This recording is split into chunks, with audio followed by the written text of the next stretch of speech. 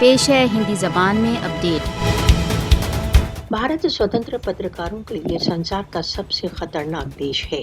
गत 5 वर्षों में भारत में 18 पत्रकारों की हत्या की जा चुकी है। मोदी का भारत पत्रकारों को आतंकित करने के लिए विभिन्न चालें चल रहा है। पत्रकारों के विरुद्ध मुकदमे, हत्या तथा उनको आतंकित करना भारत की सामान्य दिनचर्या है। सरकार की आलोचना करने वाले पत्रकारों पर आक्रमणों में मोदी के आने के पश्चात से बहुत अधिक वृद्धि हो गई है। मोदी के शासन में भारत वर्ल्ड फ्रीडम इंडेक्स में निरंतर नीचे आ रहा है। RSF की नवीन वार्षिक रेटिंग में भारत 180 देशों में 142वें नंबर पर है।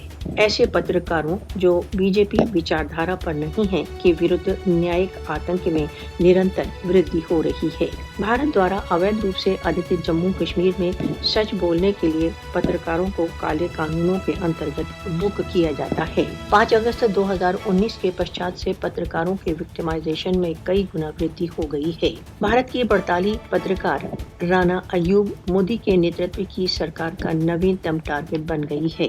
मुंबई स्थित पत्रकार राना अयूब को हिंदू अतिवादियों की ओर से मृत्यु तथा रेप की धमकियां मिल रही हैं। महिला पत्रकार राना अयूब मोदी पर सरकार की आलोचनात्मक रिपोर्टिंग के कारण किसी भी समय आगमन संभव है।